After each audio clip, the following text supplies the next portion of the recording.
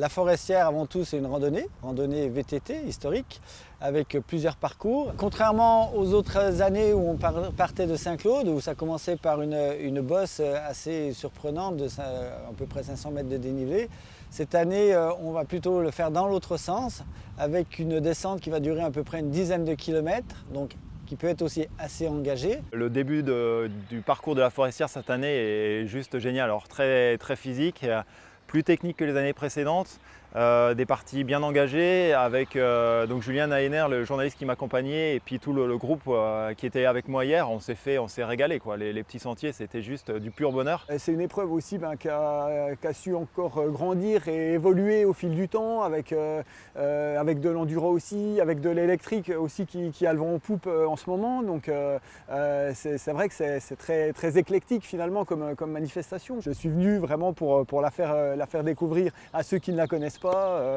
et en parler dans nos pages ou sur notre site internet. Ça peut séduire les compétiteurs, les randonneurs, enfin voilà, c'est très diversifié, quoi. L'épreuve se déroule cette année le 22 et 23 septembre. Pour les moins sportifs, on a le 80 km qui est la distance historique de la Forestière, qui peut se transformer en 60, donc au départ des Moussières, où les gens auront le choix de choisir la distance en route pour ouvrir encore plus au grand public. Nous avons cette année un 20 km, nous avons également un 40 km et nous avons pour les enfants bien sûr la KID qui a lieu sur Arban et tout ce qui est draisienne. Et depuis 2 ans nous avons une formule 2 jours donc, qui fait à peu près 110 km, donc en gros 55 km par jour. Donc on a fait une journée hier sur le parcours de la Forestière. Aujourd'hui on était autour du lac de Vouglan. On a pris des vélos électriques, ça nous a permis vraiment d'avoir une osmose dans le groupe.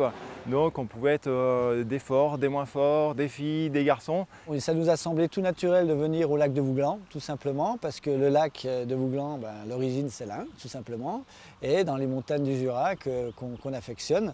Donc c'était tout naturel de venir faire un spot ici avec vélo vert, voilà, faire découvrir notre territoire à vélo vert. Il y a des sentiers vraiment techniques, d'autres plus roulants, donc c'est tout à fait envisageable aussi d'aller faire un tour du lac en famille, quoi, hein, sans que ce soit non plus, sans que ça s'adresse non plus à des experts. Mais il y a tout, et puis en plus il y a un lac, donc pourquoi pas on peut s'y baigner aussi un petit peu. Enfin il y a plein de choses à faire, quoi. C'est vraiment un bel endroit, quoi. Vraiment du VTT intéressant, ludique. Je me suis rendu compte aussi que ça pouvait être une fantastique destination pour les vacances. J'ai vu pas mal de parcs aventures, de la Via Ferrata.